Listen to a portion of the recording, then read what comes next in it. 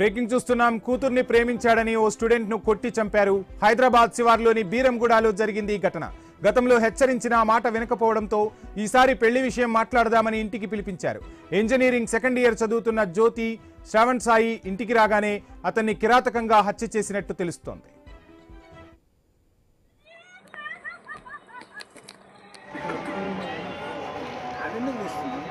కొంచెం ఒక 5 నిమిషాలు టైం ఇస్తే నేను ఎస్ఐ గారు ఏం చెప్తే చెప్పండి.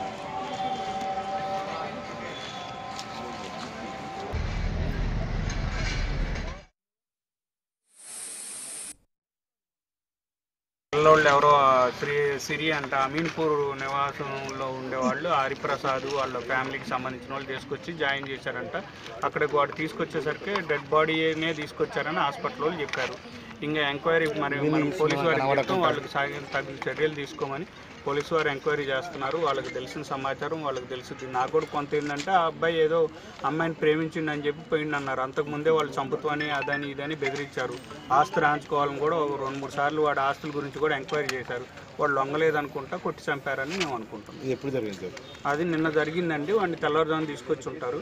వాళ్ళు ఆ విషయం మా ఆస్తుల గురించి ఒక ఆమె ఉంది, ఇప్పుడు ఎవరైతే చంపినానని ఆమె చెబుతుందో ఆమె ఒప్పుకుంటుంది. నేను మా అమ్మాయిని కొడుతుంటే మీ అబ్బాయి అడ్డు వచ్చిండు, వాడికి బ్యాట్ తగిలి చచ్చిపోయిందని ఆమె చెబుతుందంట, స్టేట్మెంట్ ఇస్తుంది.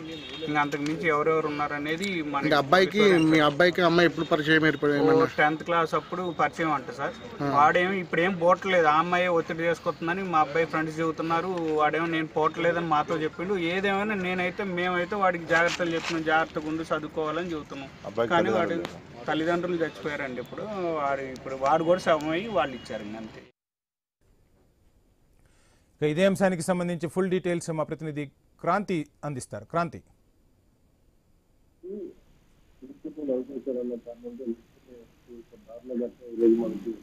సంగారెడ్డి జిల్లా అయితే సెకండ్ ఇయర్ చదువుతున్న జ్యోతి శ్రావణ్ సాయి యువకుడు ప్లస్ శ్రీజ అనే కొన్నాళ్ళుగా ప్రేమించుకుంటున్నారు.